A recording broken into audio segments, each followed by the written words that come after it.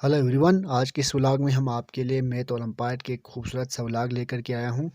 तो यहाँ पर आप देख सकते हैं कि सवाल में x के power x is equal to 3x plus 9 है। तो हमने जो ये वेरिएबल x है इसको हमने फाइंड करना है कि इसकी वैल्यू क्या होगी।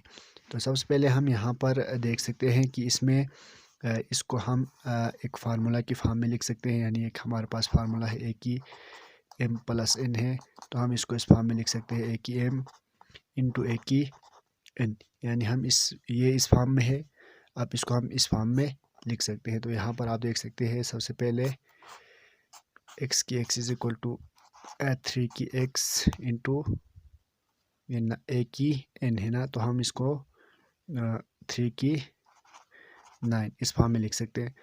अब हमने ये जो x है इसकी वैल्यू फाइंड करना है, तो सबसे पहले हमें क्या करना पड़ेगा, ये जो 3x है इसको ख़त्म करना पड़ेगा। अब 3x को ख़त्म करने के लिए हमें बोथ साइड 3x से डिवाइड करना पड़ेगा। तो यहाँ पर भी x डिवाइड बाई 3x हो गया।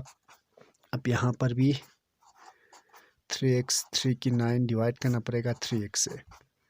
अब ये दोनों ख़त्म हो गया, हमें x की वैल्यू मालूम करना है, तो हमें जो है ना इसको ख़त्म करना पड़ेगा। इसलिए हमने क्या किया, बोथ साइड 3x से डिवाइड कर दिया। अब यहाँ पर आप देख सकते हैं इसको, ये किस फॉर्म में है, a की n डिवाइड बाई p की n है ना, तो हम इसको इस फॉर्म में लिख सकते हैं, यानी a p की n। यानी अगर ये इस फॉर्म में है, हमें पता है कि ये इस फॉर्म में, आप इसको इस फॉर्म में लिख सकते हैं। तो ये इसको हम इस फॉर्म में लिखेंगे x डिवाइड बाई 3 की, यहाँ पर x हो गया, यहाँ पर हमारे पास 3 की 9 है। अब यहाँ पर हमें यहाँ तक आ गया था। अब हमारे पास एक सवाल, एक फार्मूला है। अब हम फार्मूले की मदद से इसको आसानी के साथ मालूम कर सकते हैं। मिसाल के तौर पर हमारा एक फार्मूला है कि अगर, अब मैं यहाँ पर लिखता हूँ, इफ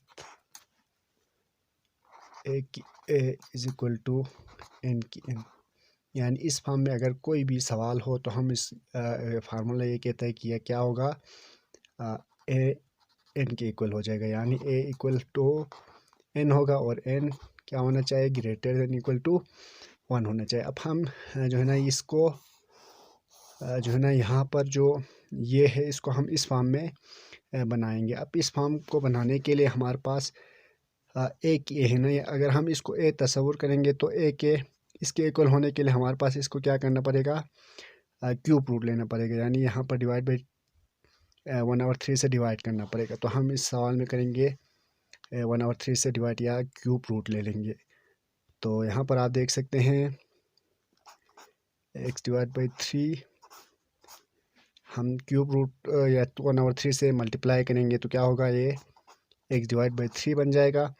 तो हमें बोथ साइड करना पड़ेगा, क्योंकि यहाँ पर इक्वलिटी का साइन है, तो हमारे पास दूसरे साइड पर भी 1/3 से डिवाइड करना पड़ेगा, तो 9/3 हो जाएगा। तो यहाँ पर हमारे पास ये वाला x/3, ये भी x/3 हो गया। ये हमारे पास क्या हो गया, 3 की 3 जा 9 3 हो जाएगा, 3 की पावर 3 हो जाएगा। अब ये हमारे पास ये वाला फार्मूला बन गया ना, a की a is equal to n की n, यानी a की a हो गया, ये n की n हो गया। तो हमारे पास ये इसके इक्वल हो जाएगा, यानी x/3 इक्वल हो जाएगा 3 के। अब हमने ये जो वेरिएबल x है इसकी वैल्यू मालूम करने है, तो इस 3 को ख़त्म करने के लिए हमारे पास क्या होना चाहिए, 3 से मल्टीप्लाई करना पड़ेगा बोथ साइड।